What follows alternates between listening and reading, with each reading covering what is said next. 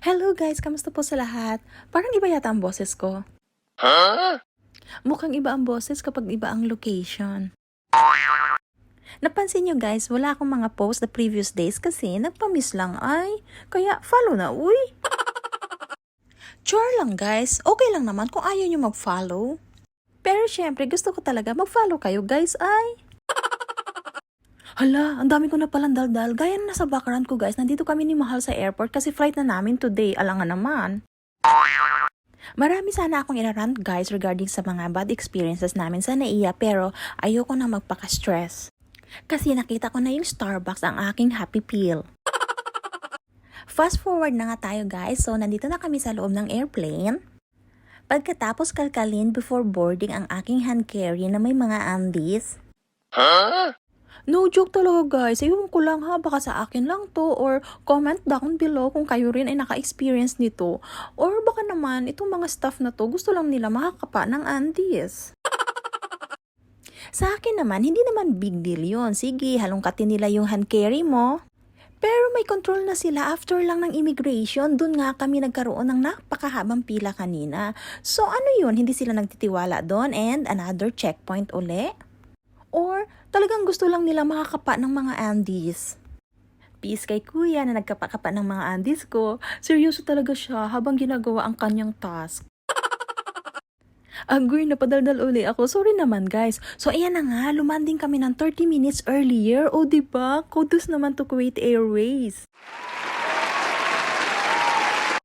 Naging kataldalan ko pa nga ang seatmate ko na si Che. Kaya ayan nga, na-feature ko pa siya sa aking vlog. Che, bigay naman. Char lang, hindi naman kami nagkuhaan ng FB account kaya hindi niya ito mapapanood. So ayan nga guys, waiting na lang kami ng aming mga bagahe na, naku this time, parang gusto ko nang bawiin yung kudos ko kay Kuwait Airways, char. Paano ba naman guys, isa ako sa pinakahuling lumabas yung bagahe. Nag-worry na nga ako baka ako nakasama na kay Mahal sa Germany yung bagahe ko at doon ko na siya i-claim.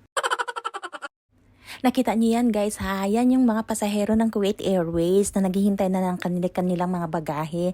So, maya-maya lang yan guys, mauubos na. Ako na lang talaga yung natira, kaya nag-worry na talaga ako. Paano na lang yung mga undies ko na kinapakapa na ni kuya, diba? Char lang naman, peace kuya, hindi talaga ako makamove on doon, diba? Naghintay na nga lang ako, wala naman akong choice guys, kundi maghintay. Parang kayo lang guys, naghihintay pa rin sa kanya. Char lang. After almost 1 hour nga guys, tumating na rin yung bagahe ko. Clap, clap, clap. Thanks kuya. Char.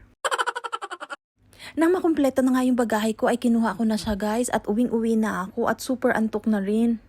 Around 30 to 45 minutes nga lang ang travel time from airport to my place, lalo na at wala namang traffic. 2:30 nga kami nag-touchdown, so after 30 minutes, fully landed na talaga kami. Then another 10 to 15 minutes after na kami ng immigration. Oh, diba? Ang bilis ng immigration dito sa Kuwait, walang kapkapang naganap. Char! So finally guys, andito na nga ako sa aming building. Building ko daw At dahil gusto ko nga kayong pasayahin guys, nag-video muna ako para may mai-upload naman ako, no? Todo effort ako guys ha, kaya like and follow na ha. Sa wakas nga guys ay narating ko na rin ang aking kwarto. Narating? Bundok yarn.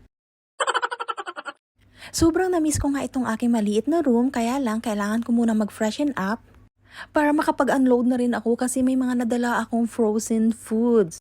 Makaka-relate nga talaga yung mga bakasyonista sa akin guys kasi 'di ba, ang hirap talagang magbiyahe. At syempre, bukod sa hirap, magastos din. Pero nakaka-happy naman talaga na may madadala kang pasalubong para sa housemates, friends, or sa office mates.